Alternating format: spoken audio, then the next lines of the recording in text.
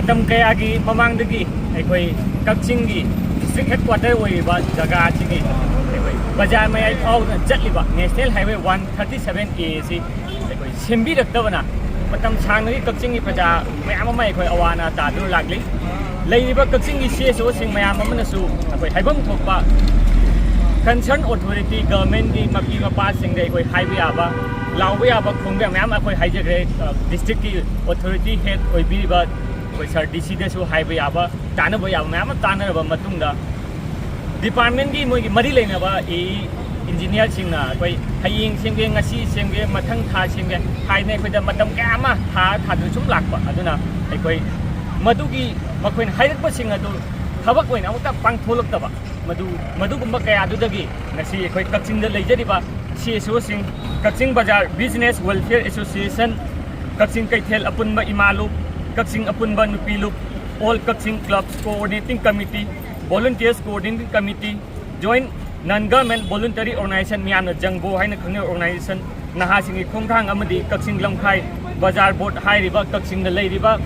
CSO sing ngasi mifam pangthok jaraba matungda mamangda aikoigi Kakching gi bazar board amadi imaivel singna aikoina haikhiba thakiba matam tang tara ngasi phawde aikoi lambi si semba haruktabana maram oire haraga hayeng November ki tang taraga mathoi lewa gupu numit English ani ga kunga manga hairiba numit asidagi aikoi Kakching mayai chabukta chatliba national highway asi thingmagi khongjang hairiba CSO sing asina amato ina lemina haiga koi hayeng ni jangsinba haujeragani hairiba khongjang asi aikoi lambi asi hek semdriba phawai aikoi jangsinjagani aduna hayengdagi aikoi Kakching da chatliba national highway se lambi thingmagi khongjang hayengdagi koi haujeragani masire aikoi emergency services haibadi ana ai essential servicing amadi mai ising asina chingba natana amadi hojik lawgi pantha oibnina lawgi kargi chatba sing natana ataidi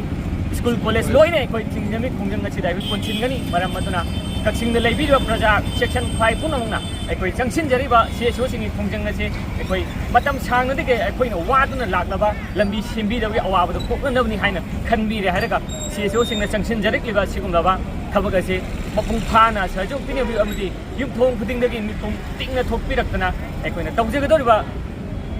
lambi thingmai khongjang asida mateng pangbiu sawati CSO singna ekoi jangsin lakadoriba khongjang sing asida thokpa budong jadaba sing adu khudingmaki responsibility matam sangnadagi lambi simbidana lakpiriba authority sing government ki makok thongba lucingba singna madugi responsibility khudingma makoida fix tawjare amaju makoina bubigidabani haiba wafam si ekoi CSO singi maikedi thamjari